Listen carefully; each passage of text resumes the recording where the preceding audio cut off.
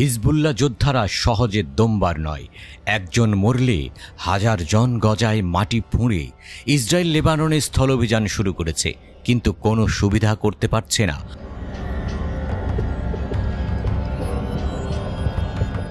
গণমাধ্যমের খবরে বলা হয়েছে মাত্র 60 সেকেন্ডেই 4 বার ইসরায়েলি সেনাদের উপর হামলা করেছে হিজবুল্লাহ। ইসরায়েলি সেনাদের চারদিকে অন্ধকার, মনে মনে হয়তো নেতানিয়াহুকেই অভিশাপ দিচ্ছে কেন তাদের লেবাননে পাঠালো। একই সাথে ঘর সামলে ইসরায়েলিও হামলা চালিয়ে যাচ্ছে হিজবুল্লাহ। 4টা ইসরায়েলি এলাকায় একই সাথে আক্রমণ করেছে তাদের যোদ্ধারা।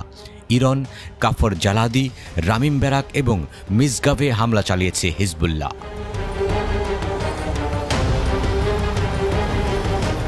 লেবাননে ঢোকার কোনো রাস্তা বের করতে পারছে না আইডিএফ।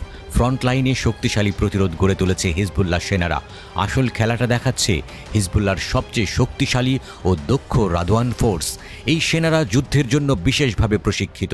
উত্তর ইসরায়েলকে রকেটের মালায় গেঁথে ফেলছে হিজবুল্লাহ।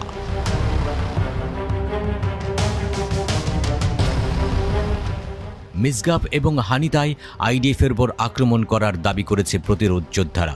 এরপরই আরও 4টি আক্রমণের ঘোষণা দেয় হিজবুল্লাহ। ইসরায়েলি সেনাদের নিশানা করতে ফালাক মিসাইলের ঝাঁক নিক্ষেপ করে লেবাননের প্রতিরোধ যোদ্ধারা।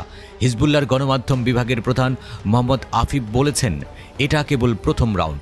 তিনি দাবি করেছেন তাদের কাছে পর্যাপ্ত যোদ্ধা, অস্ত্র এবং গোলাবারুদ আছে।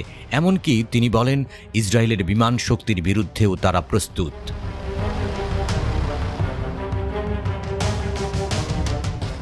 ব্রাসেলস ভিত্তিক সামরিক ও রাজনৈতিক বিশ্লেষক এলিজাহ জেনারেল ম্যাগনিয়ার জানিয়েছেন, গাজার প্রতিরোধের তুলনায় দক্ষিণ লেবাননে হিজবুল্লাহর প্রতিরোধ অনেক বেশি শক্তিশালী।